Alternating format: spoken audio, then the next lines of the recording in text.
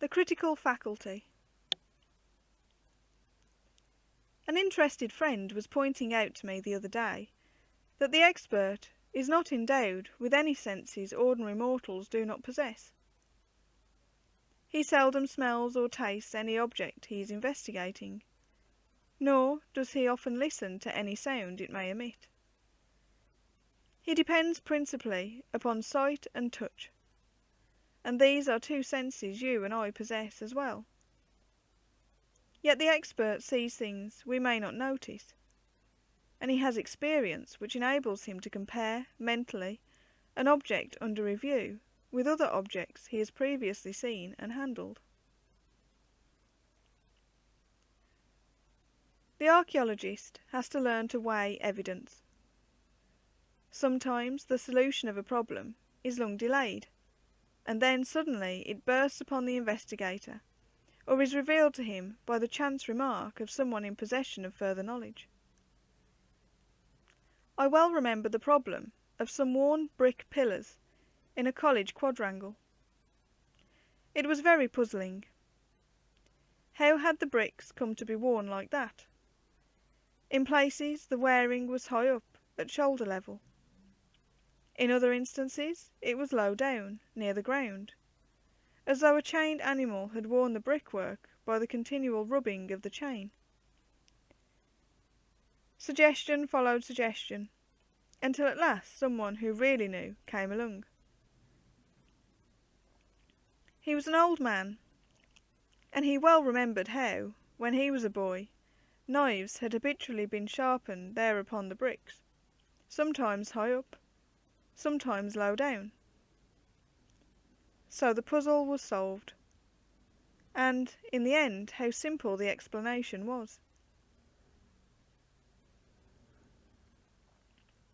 In attempting the solution of an archaeological problem, always take a common sense view. Remember that early man made his tools for use, so we may be able to get some idea of their use by handling them. Ancient ornaments, clothes and weapons differ from those we use today only because of changed fashions and circumstances.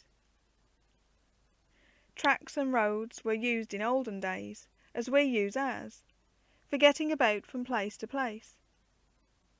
The essential purposes of a modern house were likewise met by the earliest homes of men. So we can prosecute our inquiries in the knowledge that fundamentally, at least, humans' needs have remained much the same all down the centuries. So we are wise to proceed in our investigations from the known of this present day to the unknown of yesterday. We should not expect some fantastic and out-of-the-way use for an object that we are considering, but look rather for a somewhat commonplace answer to our questionings. The value of an open mind can hardly be overemphasized, for preconceived notions are liable to hinder discovery. I can illustrate this from a matter of personal experience. Some years ago, I was anxious to discover the whereabouts of a place that figured in early records, but the location of which was unknown to the present day inhabitants of the district.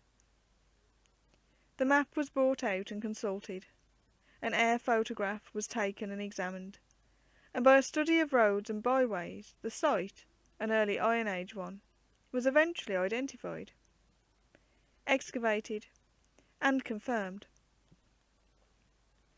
But the point is this: the place is situated on heavy, clayey land, and had I used my knowledge as a geologist, and taken into account the opinions of some authorities that no settlement of the early Iron Age could occur upon clay in the chalk downland, I should never have found the site at all.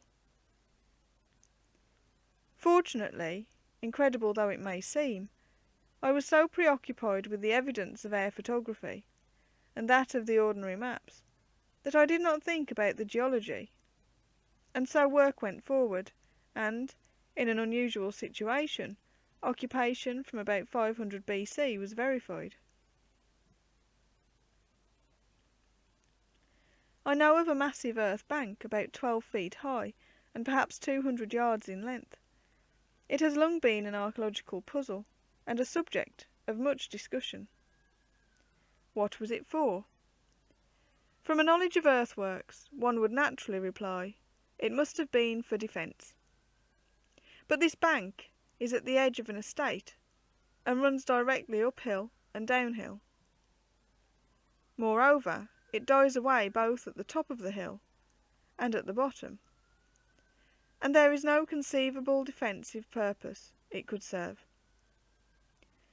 Being at the edge of an estate, one natural suggestion made about it was that it might be a boundary mark. Here our answers must be: is it reasonable to suppose that a landowner would build an enormous earthwork to mark a boundary? The answer must be in the negative. The puzzle has now been solved, and here is the explanation. The bank was built up probably about 1730, to hide the boundary fence from anyone looking out from the mansion, and to blend the grassland of the park around the great house into the landscape of the hillside beyond the fence, which belongs to the neighbouring estate, so as to give a feeling of continuity and a vista of parkland melting into the distance.